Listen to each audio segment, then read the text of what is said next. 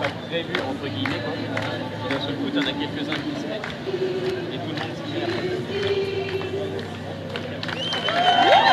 L'intersyndicale aujourd'hui sera lue par la CFDT, par Sud, par EFO et par la CGT.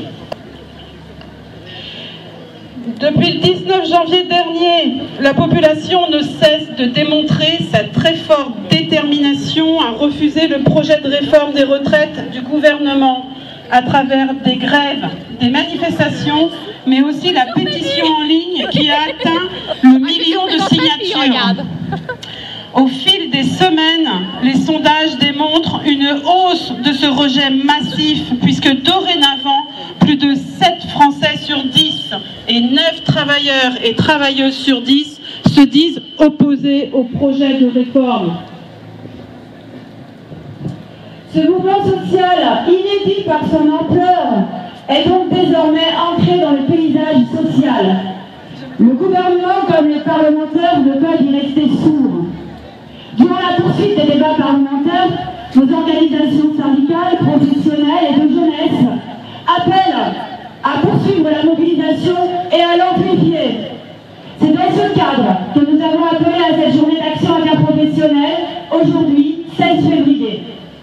Notons à cette occasion l'ancrage particulièrement fort du mouvement dans les territoires des petites villes, comme dans les plus grandes.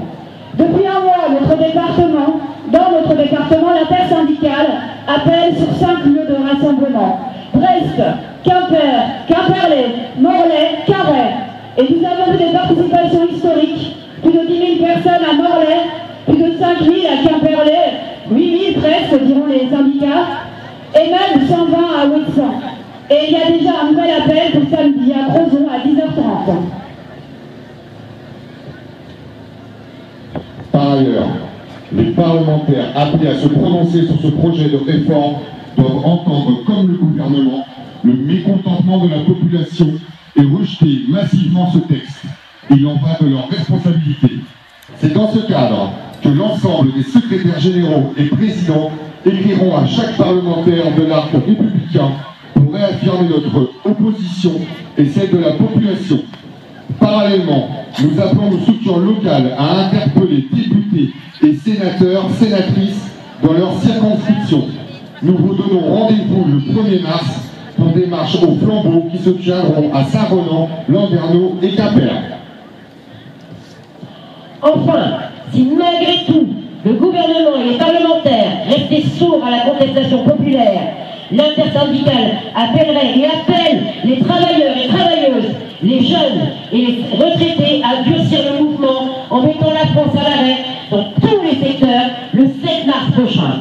L'intersyndicale se saisira du 8 mars, journée internationale de lutte pour les droits des femmes, pour mettre en évidence l'injustice sociale majeure de cette réforme envers les femmes. L'intersyndicale appelle le gouvernement à retirer son projet de loi et les parlementaires à prendre leurs responsabilités face au rejet massif de la population, face à ce projet injuste et brutal. La réforme mourront jamais. Aucune hésitation. Non. On va être composté.